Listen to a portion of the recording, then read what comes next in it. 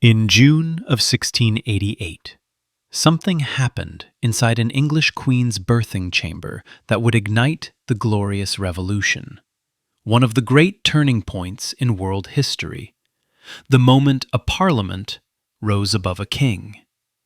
From that day forward, no monarch could rule alone. King James II's queen gave birth to a son in front of more than 70 people. Privy councillors, noblemen, court officials. Why were they there?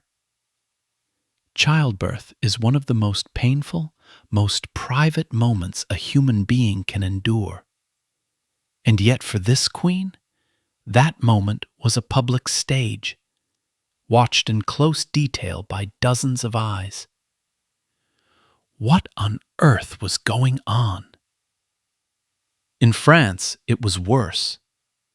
When Marie Antoinette gave birth to her first child in 1778, up to 200 people poured into the Palace of Versailles.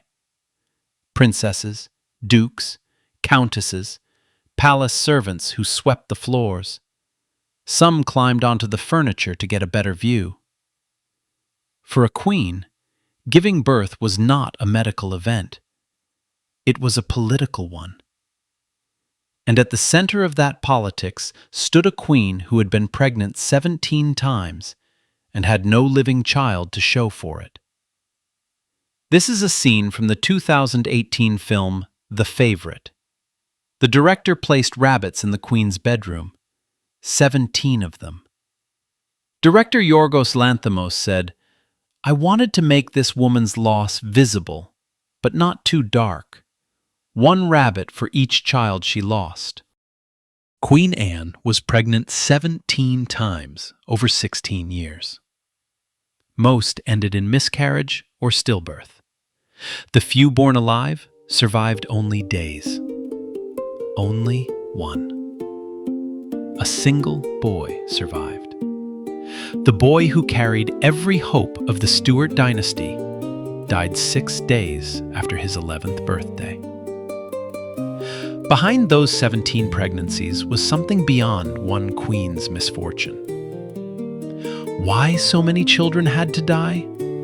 It was a question no one in her era, not even Queen Anne herself, could answer. For most of recorded history, childbirth belonged to women. Only women.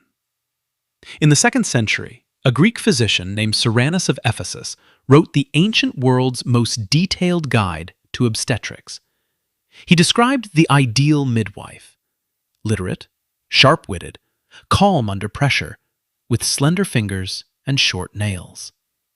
He described the birthing chair, a crescent-shaped seat with armrests and a back support, open at the bottom so the midwife could work below. 2 women stood on either side, holding the mother steady. A third knelt in front, ready to catch the child. No men were allowed in the room. This was not merely tradition. It was sacred law. Across ancient Rome, Greece, and eventually medieval Europe, the birthing chamber was a sealed world of women. In medieval England, a pregnant noblewoman entered what was called the lying-in chamber weeks before her due date. The windows were draped with heavy tapestries, all but one sealed shut. The room was kept dim, warm, and quiet. Herbs were burned to sweeten the air. Male servants were dismissed and replaced by women. Even the mother's husband was barred from entering for 40 days. They tied small rattling stones to the mother's thigh. These were called eagle stones, hollow geodes with a smaller stone trapped inside, believed to prevent miscarriage and ease labor pain. They prayed to the Virgin Mary and pressed holy relics against the mother's belly. That was for noble women. For the vast majority of women in Europe, the farmers' wives, the servants, the poor, childbirth meant something far simpler and far more dangerous. A village midwife, a straw mattress, a neighbor or two to hold your hand. No medicines, no instruments.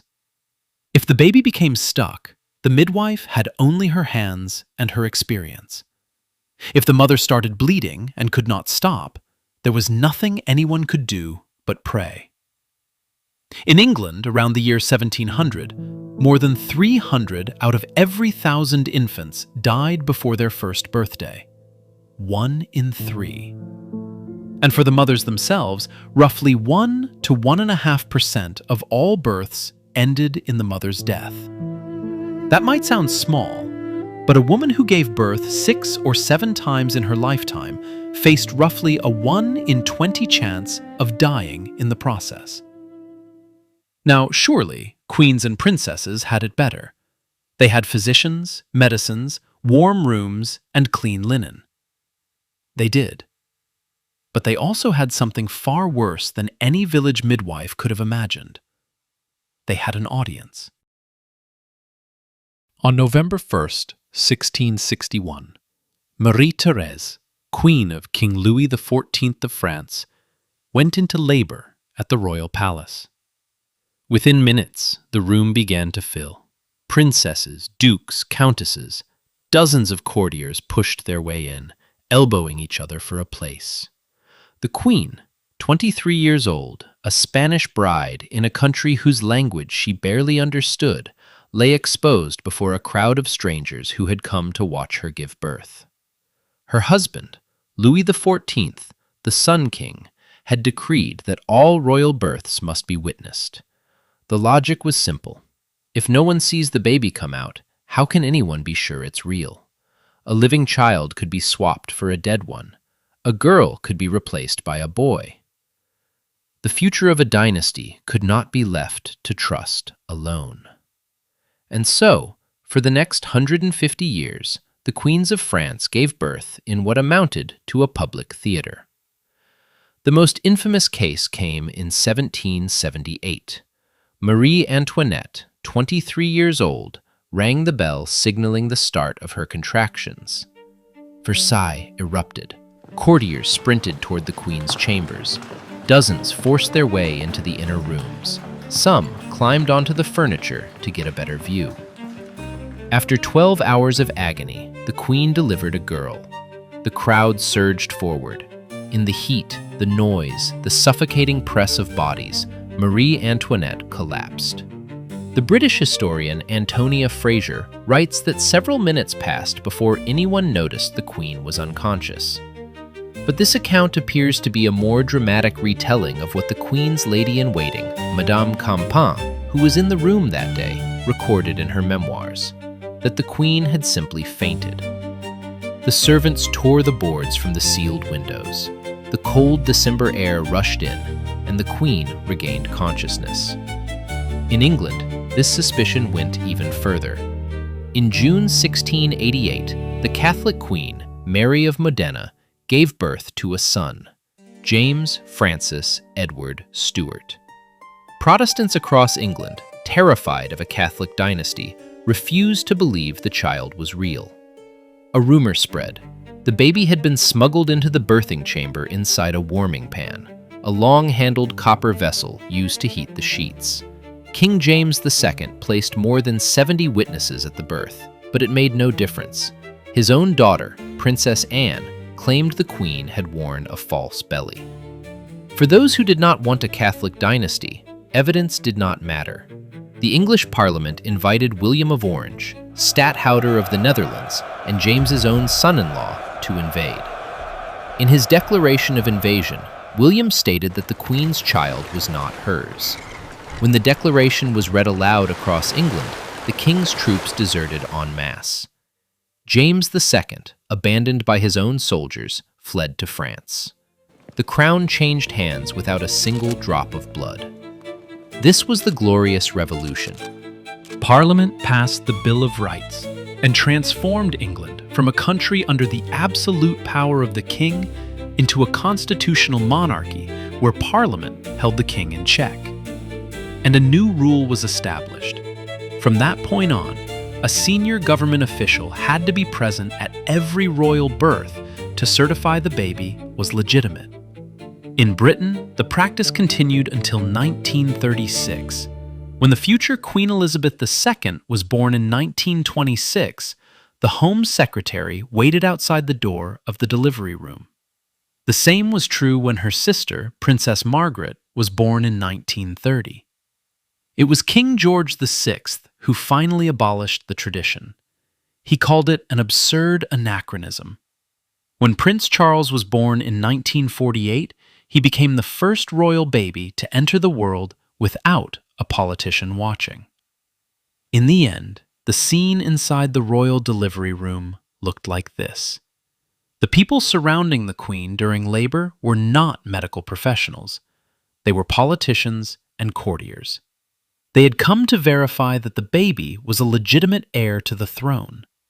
Whether it was a midwife or a doctor, the actual medical professional was outnumbered roughly 1 to every 20 witnesses. A queen in labor bore the worst of both worlds. She lost the privacy and calm that ordinary women still had. In return, she received an audience of strangers who had come not for her health, but for the baby's paperwork. But another transformation was underway inside the royal delivery room. For centuries, the people who actually knew how to deliver babies, the midwives, were being pushed aside. In the late 16th century, a family of French Huguenot refugees settled in England, the Chamberlains. They invented an instrument that would change obstetrics forever: the forceps. 2 spoon-shaped metal blades joined by a hinge, designed to grip the head of a stuck baby and guide it out through the birth canal. The Chamberlains kept their invention secret for more than 150 years. They arrived at births in curtained carriages, carrying a massive gilded chest that took 2 men to lift. The mother was blindfolded. Everyone else was sent out of the room. They even used rattles and clappers to drown out the sound of the instrument. The original forceps were not discovered until 1813. They had been hidden beneath the floorboards of the Chamberlain family home. Surgeons, who now had access to instruments like the forceps, began entering the delivery room, a space that for millennia had belonged exclusively to women. They were called accoucheurs. By the 18th century, wealthy families increasingly preferred a male doctor over a midwife. It was considered modern, scientific, elegant. Anne Stuart was the second daughter of King James II of England, the very king who lost his throne in the Glorious Revolution and fled to France. Her elder sister Mary had taken the throne alongside William III as co-monarchs, but they had no surviving children. After Mary died of smallpox, William never remarried. He died without an heir. The crown was on its way to Anne. But that lay in the future. In July 1683, the 18-year-old Anne married Prince George of Denmark. By all accounts, it was a happy marriage, rare enough among royals. George was quiet, loyal, and devoted to his wife. But producing an heir was never easy. For 16 years, not once did it go well. The first delivery, in 1684, produced a child that never drew breath. Anne was 19. The second brought a living girl. Mary, born June 2, 1685, healthy and strong. 10 months later, Anne gave birth to a third child, another daughter, Anne Sophia. For a brief window, the young couple had 2 baby girls, a real family taking shape. Then, in early 1687, everything collapsed. First came a miscarriage in January, and then, within the span of a single week, both little girls contracted smallpox. Anne Sophia died on February 2nd. She was 8 months old. 6 days later, Mary died. She was 20 months old. Lady Rachel Russell, a friend of the family, described the scene in a letter. The 2 of them sometimes wept, sometimes mourned in words, then sat silent, hand in hand. George was sick in bed, and Anne was the carefulest nurse to him that can be imagined. Later that year, Anne delivered a son, but the child was already still. The cycle had begun. Over the next 3 years, a miscarriage, a stillbirth, and a premature daughter named Mary, who lived approximately 2 hours. And then, on July 24th, 1689, at Hampton Court Palace, something extraordinary happened. Anne gave birth to a living boy, William Henry, Duke of Gloucester. He was described as a brave, lively-like boy. But almost immediately, the doctors worried. He had convulsions within days of his birth. He did not walk until the age of 3. His head was unusually large. His servant, Jenkin Lewis, a loyal Welshman who stayed by the boy's side from infancy, left behind a detailed account of William's condition. Lewis wrote that William's hat was big enough for most men, and that he tottered when he walked and could not go up or down stairs without help. This was not a second-hand description passed through court gossip. It came from the man who dressed the boy every morning. Modern medical experts believe William likely had hydrocephalus, an excessive accumulation of fluid in the brain that causes the head to enlarge and makes balance difficult. But in the 1690s, no one had a name for it, let alone a treatment. Despite everything, William survived. Year after year, he lived. He loved war games and commanded a troop of local boys he called his horse guards, drilling them proudly before the king. At the age of 7, he was installed as a Knight of the Order of the Garter, the oldest and highest order of chivalry in England. What you see on screen is the coronation of Elizabeth I from the 1998 film. William's installation took place in a similar Gothic chapel, surrounded by nobles in royal vestments. He began studying Latin, French, geography, and mathematics. He was the miracle child, the only thread holding the Stuart succession together. While William grew, his mother kept trying. After his birth, there were 10 more pregnancies, and every single one ended in loss. A son, George, born in 1692, survived only minutes. In that era, Christians believed that a child who died unbaptized could not enter heaven. The soul would be trapped forever in limbo, a place that was neither heaven nor hell, a border from which there was no escape. So they poured water over the dying infant and performed the rite as fast as they could. That was all the time George had. 4 more stillbirths, 4 more miscarriages. The last, on January 25, 1700, was her 17th pregnancy. Another stillborn child. Anne was 35 years old. It is often said that Anne simply had terrible luck, that her obstetric history was an extraordinary run of misfortune. But 17 pregnancies producing the same outcome is not luck. It is more fairly described as a pattern, and a pattern suggests a cause, one that no physician of her era had the tools to find. 6 months later came William's 11th birthday. A party was held for him at Windsor Castle. The next day he complained of feeling tired. His servant thought it was nothing, just the exhaustion of a birthday celebration. By evening, he had a sore throat and chills. Within 2 days, he was delirious with fever. The doctors applied the standard treatments of the time: bloodletting, slicing open a vein in the arm to drain what they believed was corrupted blood, and blistering, in which irritant chemicals were smeared on the skin to raise welts, on the theory that the disease could be drawn to the surface. He only got worse. On the morning of July 30th, 1700, William died. An autopsy conducted the following day revealed severe infection in his throat and lungs, confirming what modern physicians would recognize as acute bacterial pharyngitis with bilateral pneumonia. The surgeons also opened his skull. They found the cavities of his brain filled with an abnormal amount of fluid.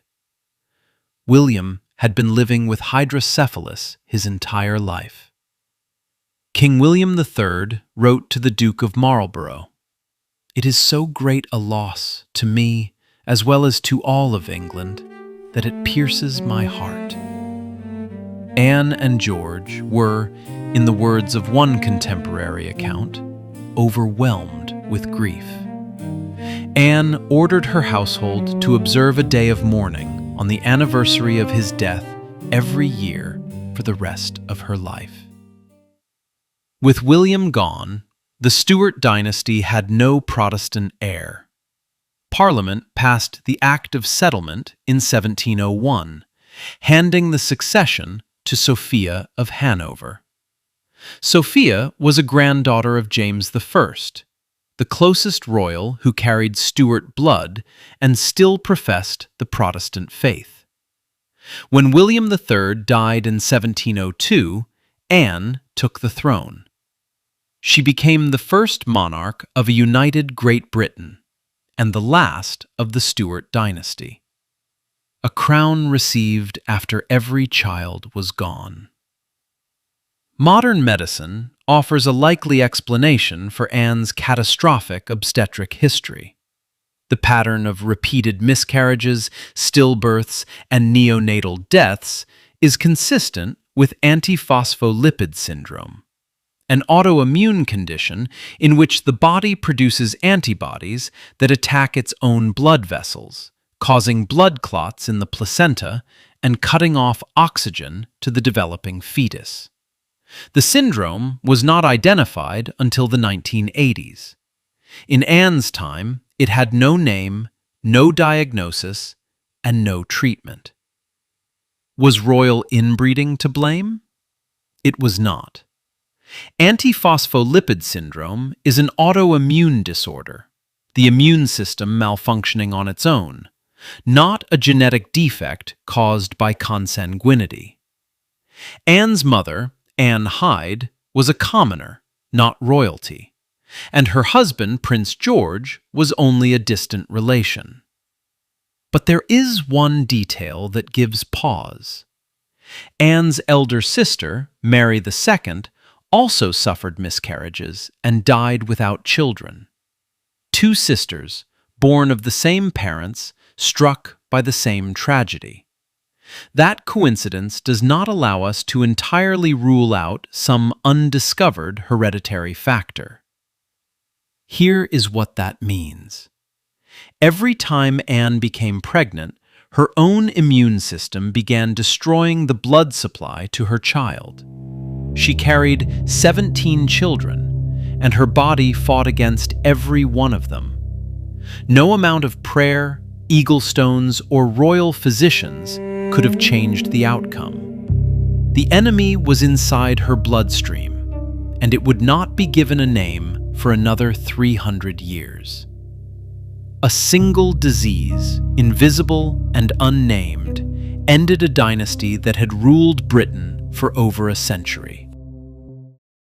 For thousands of years, the pain of childbirth was considered not merely natural, but divinely ordained.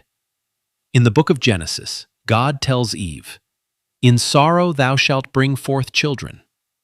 To ease that pain was, in the eyes of many clergy, to defy the will of God. On April 7, 1853, Queen Victoria shattered that doctrine.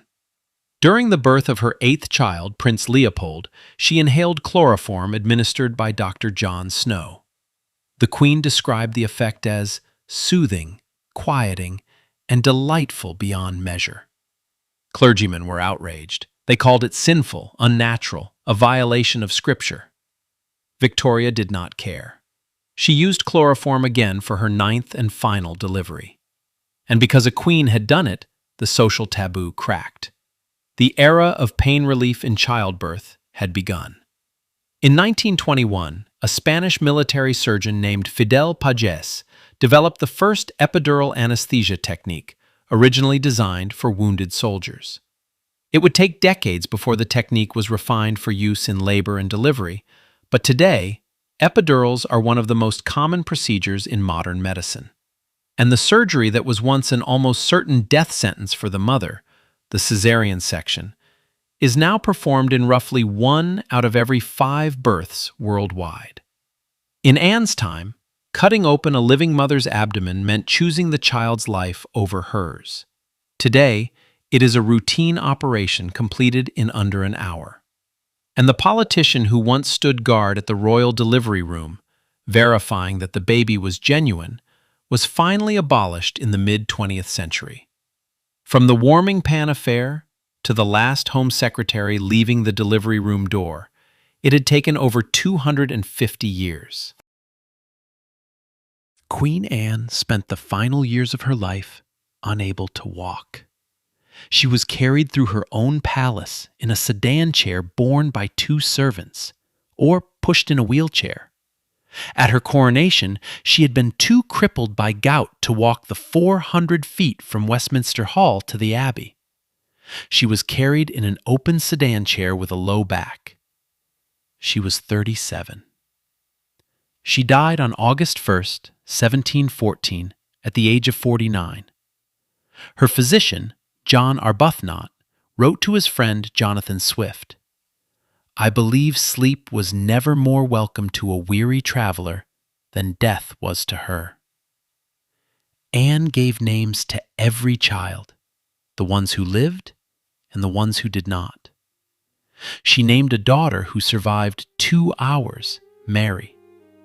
She baptized a son who lasted only minutes, George.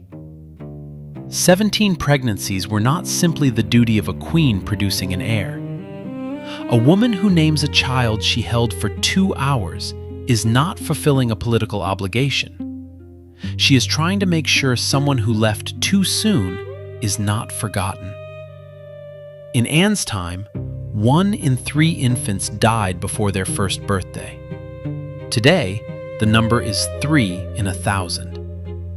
The distance between those 2 figures is the distance that thousands of years of suffering, loss, and trial and error have crossed.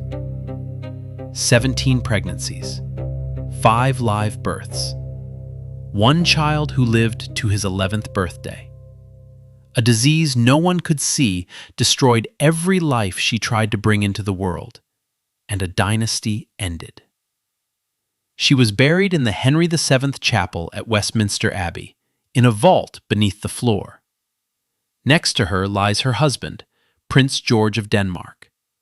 And around them, in the same vault, rest the small coffins of their children, William, George, Anne Sophia, and 2 girls, both named Mary.